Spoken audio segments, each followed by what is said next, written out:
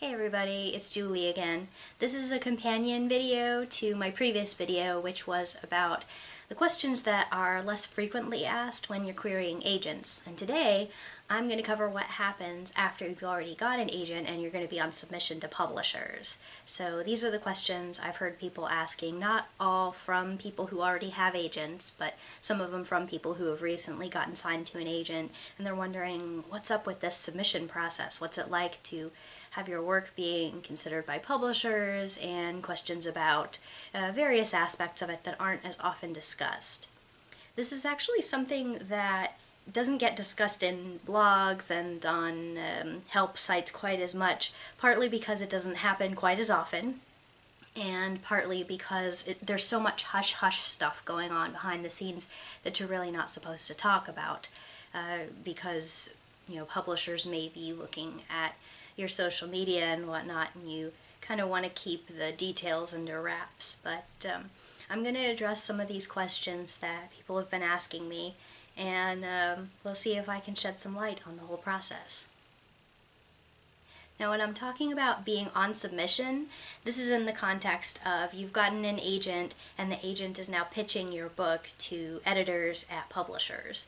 So I'm not talking about submitting your work directly to publishers, and I'm not talking about submitting your work to agents. I'm talking about after you've already gotten signed and what happens in that process. Number one question I hear from on submission authors is, what if it doesn't sell? Well, I don't know what to tell you, because it might not. A lot of first-time manuscripts don't sell, even if your agent thought it was good enough. And what you really want to know going into this is what your agent's policy is on submitting your work. How long are you going to be trying? How small of a publisher are you guys willing to go to? This should be something you're on the same page as your agent with. So you don't want to find out halfway through the submissions process that they only want to submit to the big five and they're not planning on supporting you if you wanted to go smaller than that. You just want to make sure that you're on the same page with the agent. So, but yes, sometimes it happens that you can be on submission for a long time and you never get a nibble. So what if it doesn't sell? Write your next one, see if that one will sell. Next question. Should I research my editors, and should I try to get friendly with them on Twitter or on blogs? Okay, so if you're interested in what your editor that you're pitching to, what they've bought recently, what their attitudes are toward the type of submissions they like to get, that's great. A lot of writers are really curious about this sort of thing, but just so you know, it's not essential at this point to research the heck out of these people the way that you usually do with agents, because your agent is the one pitching them. They theoretically already know enough about this editor to know that they're a good match, and there's not really a whole lot to be gained professionally from knowing more about your editor at this point. If you were to start to get some interest from the editor, I'm sure that you would probably want to know more, but at least at the beginning of the process, there's not a whole lot to be gained from this kind of research.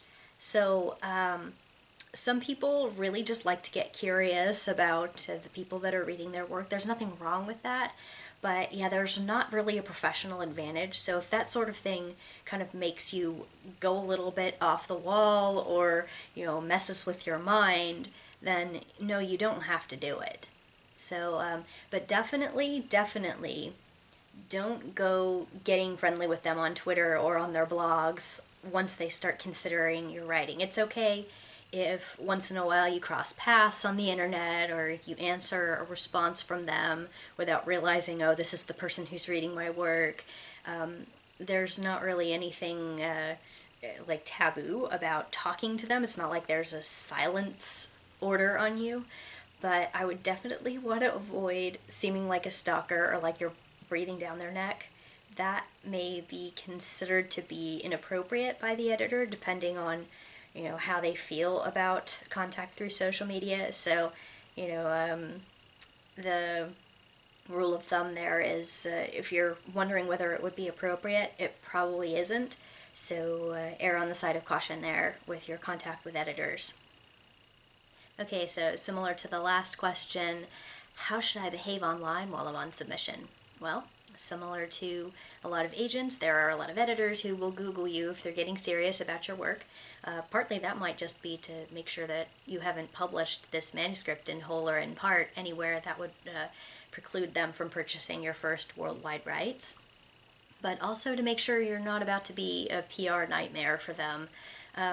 This sometimes just has to do with whether you're going to be a children's author or are going to be publishing something that a lot of children are going to be searching for, if it's educational or something that's going to be marketed to schools or something like that. It doesn't mean you can't be vulgar or not safe for work or silly or ridiculous on your blog or on your social media if that's the kind of thing that wouldn't hurt your chances of selling a book. There are a lot of things out there that are vulgar and silly and weird, and you're totally allowed to do that if it's not going to clash with your brand or cause a public relations nightmare for them. But just be aware that anything that's associated with your author name is probably going to be read by people who are going to end up being your audience, and that includes, right at the beginning there, your editors. So if you really need to be involved in making content that is incompatible with your brand, I strongly recommend doing it on a name that can't be traced to your author account. So, and that's my advice there. Next question. I'm about to go on submission and I'm curious about how is it different from submitting to agents. Well, honestly, except for the fact that you're not the one who's researching the person to pitch to and actually hitting send on the messages, it's not much different. Sometimes the weighting is similarly variable, sometimes the rejections are similarly coming out in forms or coming out with difficult to digest feedback. It's really pretty similar. And I have described the process of being on submission as it's really not any scarier, but it's kind of like the pins and needles are sharper. Next question, what if it does sell? Well, great. Best case scenario is that one of the publishers that the agent offered it to decides to make an offer on it, and then the agent goes back to the other publishers that are considering it and tells them they've got an offer, and then they make competing offers and they fight over you. If it's the biggest publishers, sometimes the fight that they have over you is called an auction. Sometimes one of the publishers will step in with a really good deal to try to avoid it going to auction, and that's called a preempt. And sometimes there's no communication directly between the publishers that are offering, and it's just the agent will fight it out and you'll decide to take the best deal, which that last is kind of similar to what happened to me.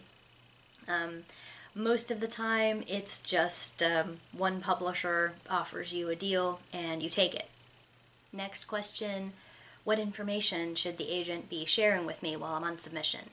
Well, in general, they're going to be sharing with you the name of the editor and the publisher and imprint that you're pitching. So usually also they'll be sharing with you what responses that the editors may be giving if they reject at the query stage, or if there's any additional communication while they're considering it, what the rejection is, if they've read part of the manuscript or all of the manuscript. So you'll be getting these kinds of communications from them, as well as maybe information about whether they're nudging somebody, which is what they call it when somebody's been silent too long and the agent decides to poke them. So they'll usually keep you up to date on basically everything that they're doing on the submissions process, but they won't be carbon copying you on the contact that they give to the submissions. And they're not going to be usually showing you the actual letters that are being sent. They'll usually share with you the text of a rejection that you might get.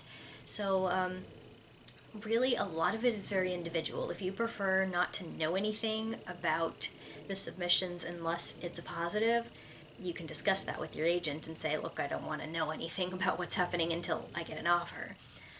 Most authors are, of course, a lot more curious about the process. They want to know what's going on, so they may have a regular check-in, especially at the beginning, if they have the first round of submissions and they want to know what's going on. So you can work that out with your agent if you want to have a regular check-in. And if you don't have something like that, they're usually not going to mind if you want to check in with them and ask them what's going on, as long as you're not just, spending a lot of time picking at them or harassing them to talk to you. Next question, what do I do to stay calm while I'm on submission? Well, it's almost always a really long process, so I recommend finding something to do to keep you distracted, or you're going to eat your own head. So write your next project, or do something that's helping other authors. Do something that you feel is constructive that's going to keep your mind off of it. It generally is a pretty long process, but honestly, this is what you should want. This is what you should expect and want from the publishers, because especially if you start at the top with like the big five, you're literally pitching the most popular, largest publishers in the world. And when they acquire someone's work, that's where their major attention is. And if you get a deal from them, that's the attention you're going to want and the attention you're going to deserve. So it may be a long time before they even open your agent's letter. Although in my case, my experience is mostly about half of the submissions that we put out to editors, they answer pretty fast about yes or no. And then the other half, like sometimes it just really takes them a long time to even see the letter and way longer to consider and read a full manuscript. So every editor that I've ever had request my manuscript sat on it for at least a month, and most of them way longer than that. So, but that's what you should expect. That's what you should hope to get, because this is you want to be a priority once you're somebody's client, and once you're on somebody's you're on somebody's purchased list. So as a potential client, they're always going to put you second, and that's kind of how you should want it. So next question, why does it take so long?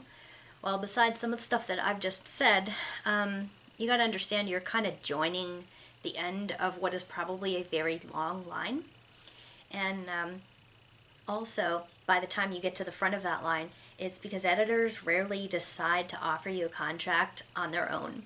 If they personally like your book, then they have to take it back to other readers and other decision makers at their company. And especially if it's a larger company, there are a lot of hoops to jump through. So sometimes they'll need to take it to a meeting that you're going to have to wait for. If it goes to a meeting, it's usually referred to as being in acquisitions. And a lot of times before anybody can write you any kind of official offer, there are multiple levels that have to be gone through. So you should want it to take longer, because sometimes that's a good sign. And when I got a deal, there were a couple of editors that didn't tell me where I was in the process. They just said, yes, I'm interested in that, and then came back a little while longer saying, here's your offer. But there was one situation where I knew that they were taking it to a meeting, they were discussing it at meetings, there was not a verdict after the meeting, there were other things that happened as it went through the ranks, and ultimately they came back with that saying they were not going to make an offer. So it's a good sign, but it doesn't necessarily mean that they're gonna take you. It's more promising than just getting a form letter, of course, but it's no guarantee also. So, but yeah, that's part of the reason that it takes as long as it does, because there are usually long lines of people that it has to go through before you can get anything official. Next question, what the heck is this big five, and what's an imprint? So these are things that people have asked me sometimes when I realize that I'm kind of using publishing industry jargon and stuff like that. So I'll explain this real quick. The big five is the five biggest publishers in the world. That would be Simon & Schuster, Penguin Random House, Macmillan, Hachette Book Group, and HarperCollins. And it used to be the big six before Random House and Penguin decided to merge. So these are the biggest companies. Usually the agent will be trying to pitch those first if they think that you're going to be able to get a big deal. So that's starting at the top. And the imprints are the subdivisions of all of those. A lot of times, if you've heard of a publishing company, it's a smaller subdivision of one of those larger companies.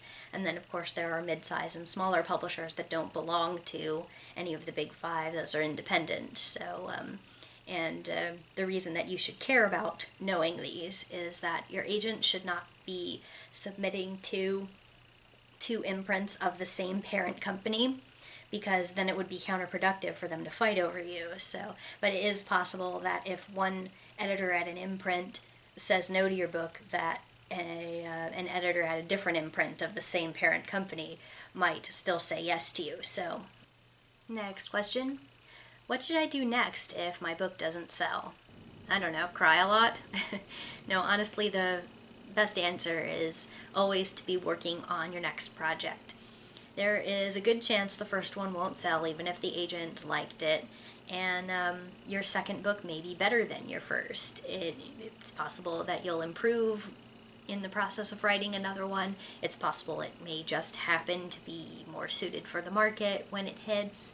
So in addition to helping to keep you focused and keep you distracted while you're going through the process of being on submissions, writing the next one may make it more likely that you'll have something to sell if the first one doesn't, and then you can offer that one to your agent. There's a possibility that an agent who acquired your first one may not like your second one. That does happen, and you're free to pursue other options for that.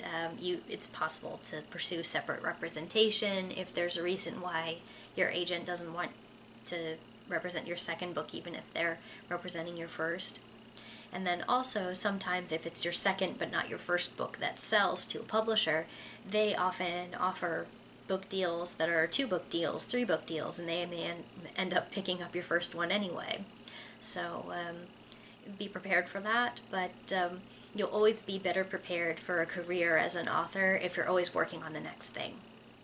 Next question, what if an editor praises my book and then tells me they're not going to take it? Well, chances are they actually liked the book, but didn't translate it into sales. The hard truth about pursuing a mainstream publishing deal is that they are the business end and you're the artist end. So you're always going to feel like it's something about the inherent value of your book or the quality of it or something like that. But a lot of times it's just the realistic issues with translating something that you've written into a viable product. And they're not wrong to think of it like that, because you're going into business with them, ideally, so that they can translate it into something that'll sell. And they have to be focused on it as a product and not as a story that made them feel good. So if there's something that they've figured out in all of their years being publishers that makes them think your book just isn't as likely, based on stuff that we don't understand, to become a product that'll sell to their audience, then you're just going to have to accept that it was a business risk that they felt like it was too high to take. And that doesn't mean that the book might not be good. It doesn't mean that another publisher might not disagree, but it's going to be counterproductive for you to try to find all the hidden messages in what a positive rejection might actually mean and what they might be secretly trying to tell you. So just believe them when they say, it was a book that they enjoyed but didn't want to take on, and there's nothing that you can really do about that. You can just keep going on submission and hope somebody else feels differently. Next question, what if the publisher wants to change my title? Then they probably will. So this is notoriously something that happens. Like, so many books change title between when they sell and when they're published. Sometimes it's just a small thing like changing a minor word or adding a subtitle, but sometimes they want to change the whole title. I mean, that happened to me. I actually liked their title better, but ultimately this is a marketing decision, and they tend to know more about marketing than we do as writers, unless we're also marketers. So I recommend not getting too attached to your title, because there's a very good chance it will change.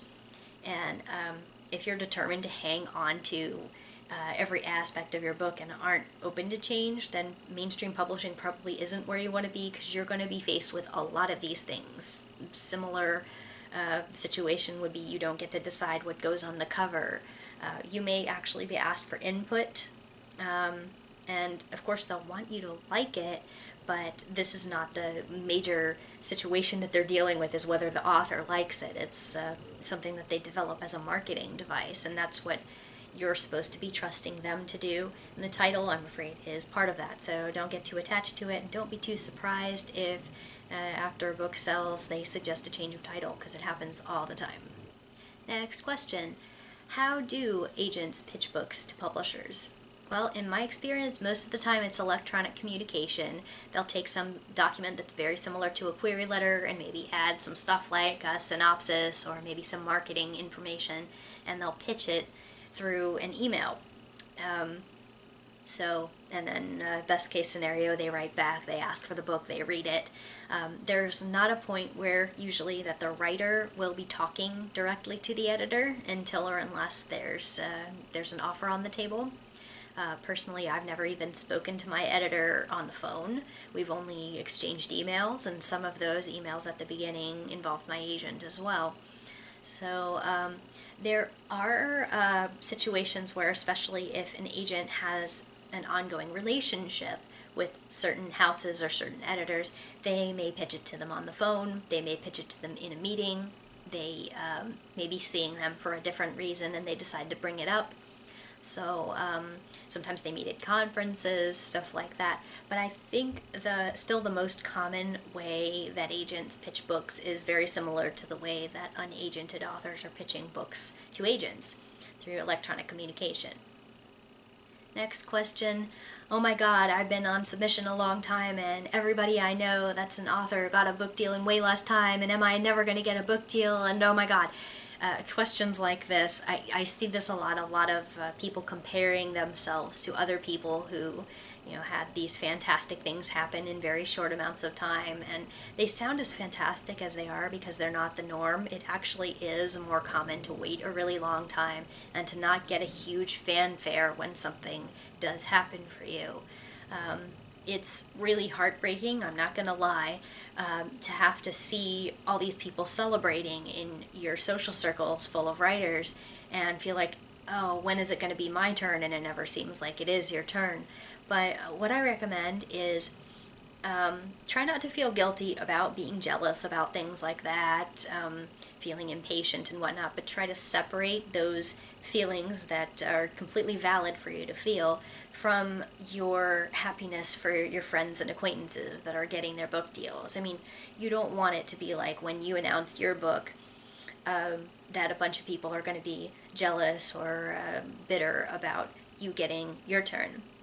So if you can try your best to put those feelings in different categories, don't feel like you have to stop feeling impatient or feeling negative stuff about what hasn't happened for you, and put it in a different box from what you feel for other people that you're probably genuinely happy for them for getting stuff that they've been working hard for. And that'll probably help you feel authentic about your congratulations. So yeah, just try to separate them in your mind, make them two completely different experiences, and hopefully one of these days you'll be one of the people celebrating. Next question. Can my agent dump me? Yes, and you can dump your agent. Usually dump isn't really the best word for this. What'll happen is you'll have a professional disagreement. I'm not talking about like a knockdown, drag-out fight. I'm talking about, say, maybe the agent wants to go with a smaller deal than you wanted to go for. They say there's no more options left but a small digital deal, and you didn't want to do that. Maybe they like your first book and they don't like any of your subsequent ones. Maybe they are changing agencies and you don't want to go with them. There are so many reasons that you might just decide, look, the business relationship that we had has reached the end of its usefulness for both of us, and if you wanted to initiate a breakup, you do this in writing according to the terms in your contract, which will be spelled out. There might be a certain period of notice that you have to give. And they have a similar situation where maybe if they're leaving agenting completely, or there's some reason why they want to stop working with you, then they'll tell you. What's important to remember is don't be in like a giant rush to leave an agent if you feel like they haven't sold your book fast enough, because once your book has been seen by enough top editors, it's very difficult to get another agent, and they can't pitch it to the same people or sometimes the same imprints. So you always want to make sure that if you're leaving your agent, you have a list of everybody that it's been pitched to and submitted to and what the status is, because if you're going to have to pursue separate representation, then you're going to need to know that sort of thing, or else they can't continue submitting that same book. You'd have to have a completely different project. So, but those are the things that you might want to keep in mind when you and your agent go separate ways. Next question. How important is luck? You probably don't want to hear this, but luck is very important. Theoretically, you do have to be talented to get a book deal, but you also often have to be lucky. I mean, there's so many stories of right place, right time. And sometimes if you haven't gotten a book deal yet, it's because right place, right time just hasn't happened for you yet. That's not always the reason, but sometimes it is. I'm sure that you've read some books that have been published by really big companies that were really, really successful, that just really were pretty mediocre as far as you were concerned, and you think, just how did this get published? Well, they were in the right place at the right time for whatever editor who saw it to look at that, see its potential, and apparently if it was a bestseller and it was really popular, then they were right as far as the term of success is defined by the publishing industry. So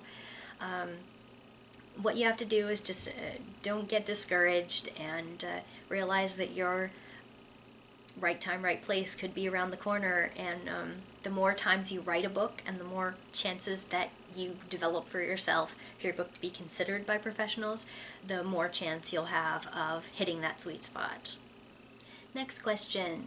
Okay, so wait, what about those of us who are submitting directly to publishers without an agent? I'll just throw this out there because I am not the best person to answer questions about unagented submissions to publishers. I've never gone that route.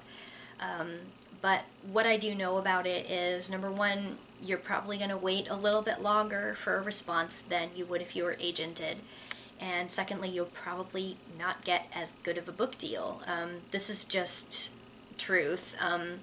It's not because publishers are trying to rip people off, but they're in it for profit. That's what they're there for. So what they're going to do is they're going to offer you a contract that is, it might be fairly standard, but if you're not going to have a professional who understands publishing law and standards in the industry to look over that contract, you're probably not going to know what pieces and parts of it are best and worst for you. So you're probably not going to end up with as big of an advance, if you get an advance at all.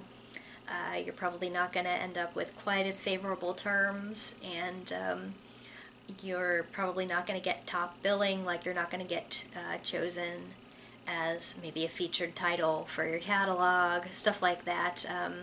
So this doesn't necessarily mean that the only way to get a fair deal is to have an agent, because you can independently hire someone who specializes in publishing law to look at your contract, and I very much recommend this. This will cost you money, but it's probably worth it. But what you should know is that many publishers don't accept submissions from unagented authors. You may already know that. You may have already seen in submission guidelines that they only accept submissions from agents. So you'll have limited options, but there are a ton of options for people who don't have agents. That there are small and mid-sized publishers, and sometimes even big publishers will open submissions to people who don't have agents. Next question. What can I expect in terms of an advance? Well, realistically, not much. I mean, I'm kind of kidding, but I mean, there are some really good advances out there, but the advance is, it's the big number that makes the headlines in, Publishers Marketplace and whatnot, but it's not really that important, and then the bigger it is, the harder it is to earn out that advance once the book starts selling. So you should really be more concerned with the percentages of sales and the royalties than you are with your advance. It's fun and flashy to get a really big advance, but that's not the name of the game. The long game is all based on those percentages for how much you make per book. So, but a lot of the smaller publishers aren't offering advances at all, or they're token. And you might also want to keep in mind that sometimes other rights will sell, like your audio rights or your translation rights, foreign rights, stuff like that, and those will be little chunks of change too. Sometimes they pay even more than your advance would be, so the advance is not the main place where you're going to be making your money if your book is going to stay in print. And finally, last question, what's the one piece of advice you would offer to someone who's newly on submission? Well, I'd say do your best to stop comparing yourself to other people, other writers. Don't look at what's happening for other people and think, oh my God, I'm never going to get where they are. I'm never going to succeed at this. Especially if you're looking at maybe usual trends and you're looking at it saying like, oh, I've been waiting for longer, or I've been on submission for a larger amount of time, or just individual things that you think make you an outlier. Honestly, most people are never going to write a book. Most people are never going to finish one. Most people are never going to get an agent. Most people are never going to go on submission at all. So you're already kind of beating the odds by being where you are.